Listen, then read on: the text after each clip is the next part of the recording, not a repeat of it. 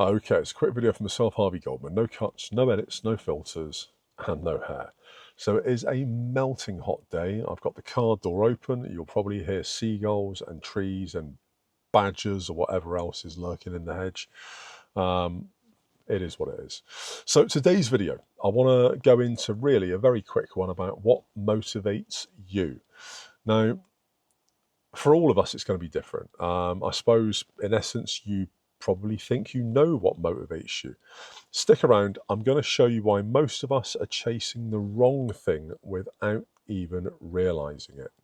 So, for myself, I guess motivation probably drives everything. And in modern Britain, most people are chasing rewards that won't actually fulfill them.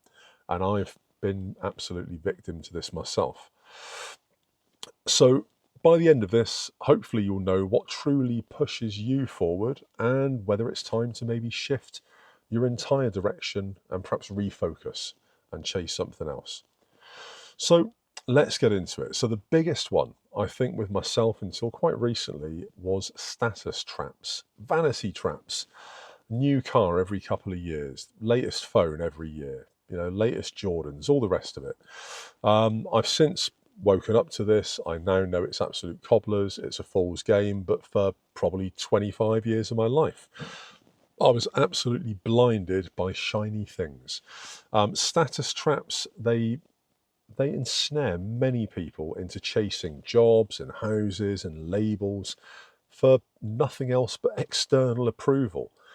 And at the end of the day, you're seeking approval from people that, let's be honest, don't give a about you.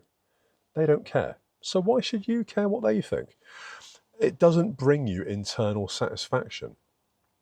It's literally just a vanity checklist. Have I got the new car? Have I got the latest shoes? Have I got the latest phone? It's pointless. It's a fool's game. And it financially holds you back.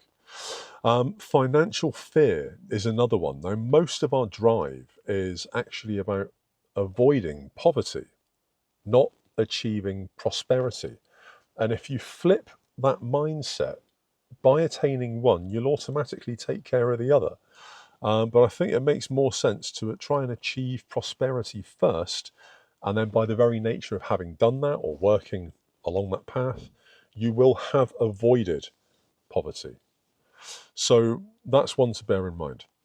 Another one that's trapped me in my time until quite recently is social media distortion. So things like Instagram lifestyles, pushing false success measures.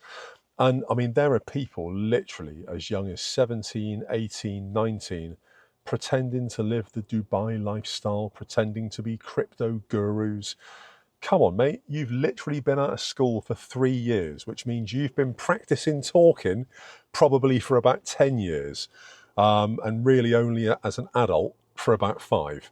So you're not a guru in anything. You've got no time served in any business, in any venture. It doesn't matter how good you think you are, you know nothing. And a lot of us see this and we basically fall victim to it. We use these false posts, false hopes, I guess, false success measures to measure ourselves against. It's comparison culture and it's massively toxic. Don't fall for it. Most of what you see on social media, most of these gurus and these winners in life that are leading this life and leading that life, with the best will in the world and minding the algorithm, it's absolute bollocks. So step back, see it for what it is, and read between the lines. Don't fall for it. Workaholism is a very real thing, and I've been caught by this myself as well. British hustle culture basically blurs the lines between ambition and also self-destruction. And about 5 years back, I tried to take on far too many projects, and yeah, that was it. I literally spent about a month just dying internally as a result of the workload that I'd taken on, and it was a horrible thing to go through. Recovering from it was actually even worse. And now I've come out the other side and I've been able to reflect. It's not worth it. And think about a video that I made recently where I mentioned Pareto's law. the 80-20 rule, where you can get 80% of your business from 20% of your customers. Well, really, the same goes for meaningful activity in your life.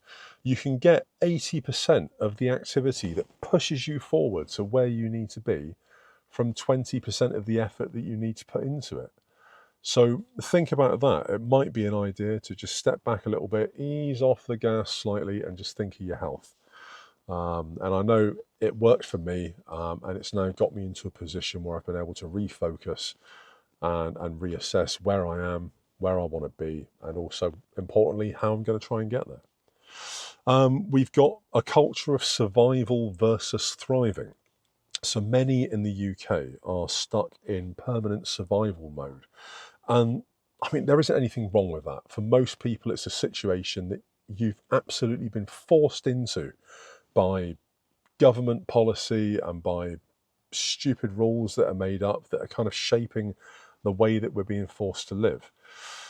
But basically, in survival mode, you're just trying to get by. You're not trying to build a life. All you're trying to do is not lose the one that you've got. And this goes back to obviously looking about achieving prosperity, not just avoiding poverty. Poverty? Proof it's live. Poverty. And in doing that, obviously, if you reframe it, it's best to focus on prosperity. Try and build yourself up, not worry about just not losing what you've got. And all this obviously leads us to need to reassess our purpose constantly. And I think it's good to reflect, just like I did back along. We need to reflect on what genuinely matters, whether for some of us it might be community. It's going to be different for everyone. For some of us it might be family. For some of us it might be peace of mind. And very often these things can bring more fulfillment than just chasing UK pounds or dollar bills or whatever you want to call them. So there you go. So my thoughts on this, and these are only my thoughts, I can only speak about my own situation, is that for myself, it really helped to step back, almost look at my life in the third person, and to audit what was truly motivating me, what was really motivating me. Read between the lines. You have to ask if it's actually moving you closer to peace and your goals and prosperity, or if it's just keeping you stagnant, or even worse, if it's just moving you closer to stress and implosion.